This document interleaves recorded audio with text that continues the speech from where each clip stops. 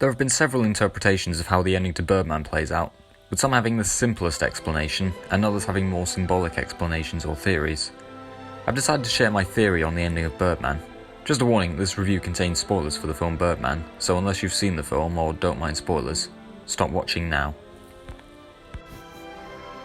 In the film, on the opening night of the show, Michael Keaton's character Regan Thompson picks up a real gun and checks it's loaded before performing the final scene, in which his character commits suicide.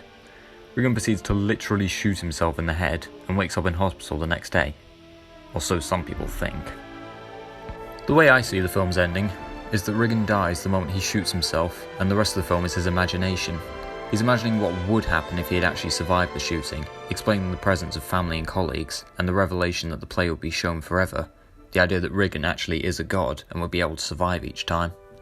Earlier in the film, we see Regan trashing his dressing room without touching objects, but when his manager comes in, we see Regan trashing the items with his hands, the blood on his hands suggesting that he was actually handling those items himself. In another scene, Regan flies to the top of an apartment building before jumping off and flying around town, before seeing him arrive at the theatre, where a cab driver follows him in demanding his payment, implying that it was part of Regan's imagination. As is the way I see the film's ending scene, Regan almost imagines himself as Superman, with the ability to fly and to survive what would kill most people, presumably why a Man of Steel poster could be seen in the background during that scene. In the final scene, Regan says goodbye to Birdman, with a somewhat double meaning to it.